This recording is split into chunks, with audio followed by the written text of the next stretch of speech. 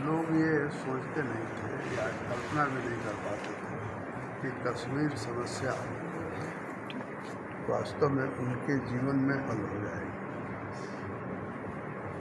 प्रधानमंत्री नरेंद्र मोदी के संकल्प से कश्मीर समस्या हल हुई जी।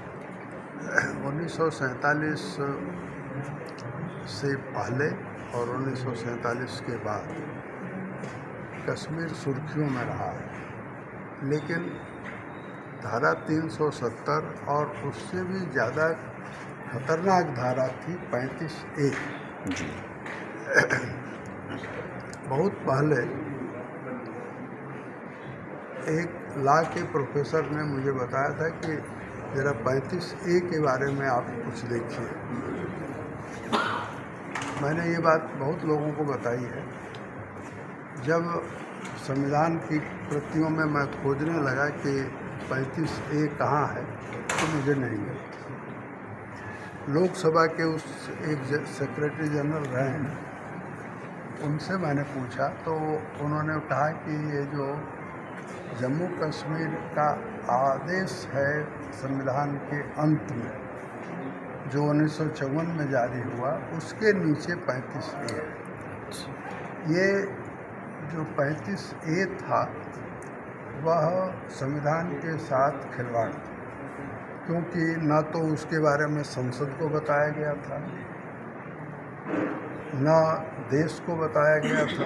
चोरी छुपे एक दिन जवाहरलाल नेहरू ने राजेंद्र बाबू से उस पर हस्ताक्षर करवाया। ये बात 1954 की है।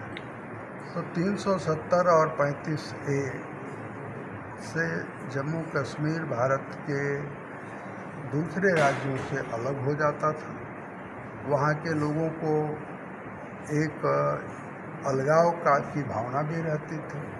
ये दोनों के हटने के बाद जम्मू कश्मीर भारत की मुख्य धारा में शामिल हुआ है और वहाँ के लोगों को भी ये लगने लगा है कि हम उसी तरह से विकास कर सकते हैं जैसे दिल्ली कर सकती है, जैसे दूसरे राज्य कर सकते हैं। और जो पाकिस्तानी एलिमेंट वहाँ थे, पाकिस्तानी तत्व वहाँ सक्रिय थे, उनकी शक्तियाँ रोज़ क्षीण हो रही हैं। तो मैं ये कहूँगा कि ये बहुत बड़ी बात है। और अब वहाँ के लेफ्टिनेंट गवर्नर मनोज सिन्हा ने स्वयं लोगों के साथ अपने को जोड़ा है। जी। शायद ही कोई लेफ्टिनेंट गवर्नर या गवर्नर वहाँ रहा हो जो जनता के बीच में इतना लोकप्रिय है। और उनकी लोकप्रियता का कारण यह है कि साधारण लोगों से वो जुड़े हुए हैं, साधारण लोगों का विश्वास प्राप्त किया है। भारत सरकार के प्रतिनिधि के तौर पर वो वहाँ चुनाव कराएंगे, विधानसभा बनेगी, राज्य सरकार बनेगी, विधानसभा बनेगी और उसके बाद जो है वो राज्य दूसरे राज्यों की तरह हो जाएगा। ये बहुत बड़ी बात है। जी, बहुत बहुत शुक्रिया, बहुत बहुत धन्यवाद। Thank you sir.